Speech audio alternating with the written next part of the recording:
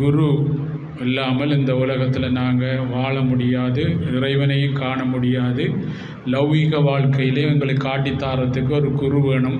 முதல் குருவா அப்பா அம்மா, அதுக்கு பிறகு பாருங்கள் நாங்கள் பாடசாலையில் லௌகீக வாழ்க்கையில் குரு, அதுக்கப்புறம் எந்த தொழிலையும் எங்கள் சமையலோ ஏதோ காட்டித்தாரத்துக்கு அங்கே அதை காட்டித்தாரவர் குருவாக அமைகிறாரு.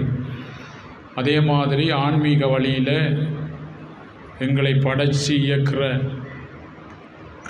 எங்களுக்குள்ள உணர்வுமயமாக இருக்கிற அந்த அந்தராத்மாவுக்கு பேர் தான் குரு. குரு என்பது அஞ்ஞானத்தை நீக்குவர்.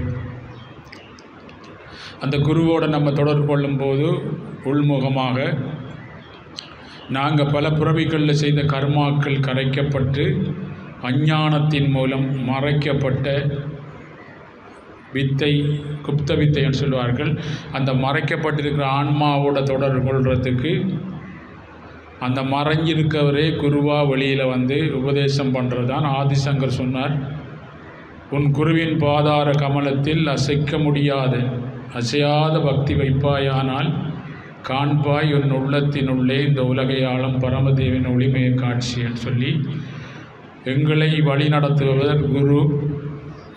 அந்த குருவை மறந்து நாங்கள் உலகத்து பக்கம் படைக்கப்பட்ட பொருள் மேல் அளவுக்கு அதிகமான ஆசை, பற்று, பாசங்கள் அதுகள் மூலம் ஈர்க்கப்பட்டு இந்த பூமியில் பாருங்கள், அது அளவுக்கு அதிகமாக அதை எடுத்து அதை கொண்டு வாழவும் முடியாது, இருக்கவும் முடியாது.